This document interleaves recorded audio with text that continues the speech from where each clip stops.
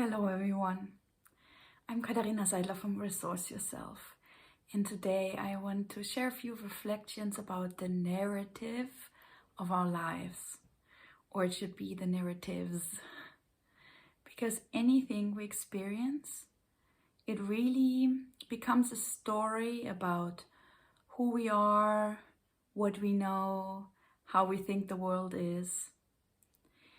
And if we work on ourselves, we spend a big part of our lives trying to change the story, looking at ourselves and at our lives in a way that permits us to be more positive, more loving, more abundant. I've spent a big part of my life working on transcending the limitations in my mind, letting go of one story and another. But in this Wednesday's Live and Learn with Dr. Eric Pearl and Gillian Fleer, there was something that really moved me, and that it just hit the nail on the head.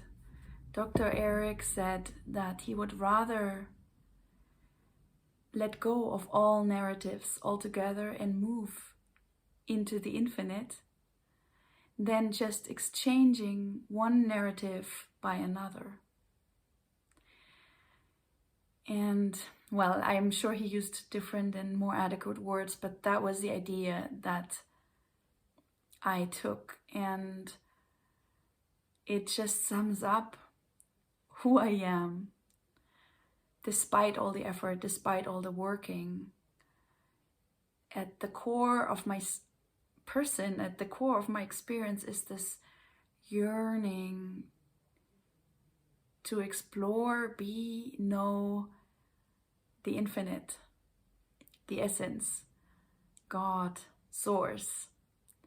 Because on the path of exploring it, the narrative changes, it becomes more positive. So if you look at these tulips, the story, when you look at this with a more finite aspect, might be how they're wilting, how they've changed color, they've gotten darker, they're losing some of the petals, and how they're probably not going to be here for so long. They're dying. When I explore them without this narrative, I just look at them and I perceive, receive, experience. I can see the textures, how the texture's different in the parts of the petals that are drier, how there are hues of colors that are changing and that are blending into each other. I can observe how they match my curtain. And in that moment when I just receive every experience that comes for me without even putting it into words and without contextualizing it within a story, I can notice how my body gets calmer, how there's this sense of beauty, joy, even a love for these expressions of life.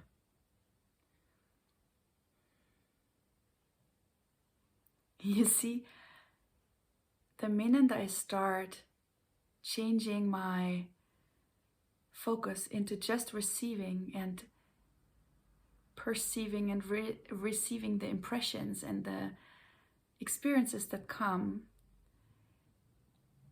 the mind gets silent, the story disappears. And this is something we can't hold on to, because if my son comes and wants me to give him something to eat, I have to get up and I'm back right in the story. But especially with reconnective healing, we have an immediate access to, at least to the path towards this infinite reality. And I'm deeply grateful for it, because when we step out of the narrative, little by little, the experiences become more positive, and the best is it's not work. It's just who we are. We get to become aware in an instant of something so powerful, so creative, so calm, so blissful, so loving.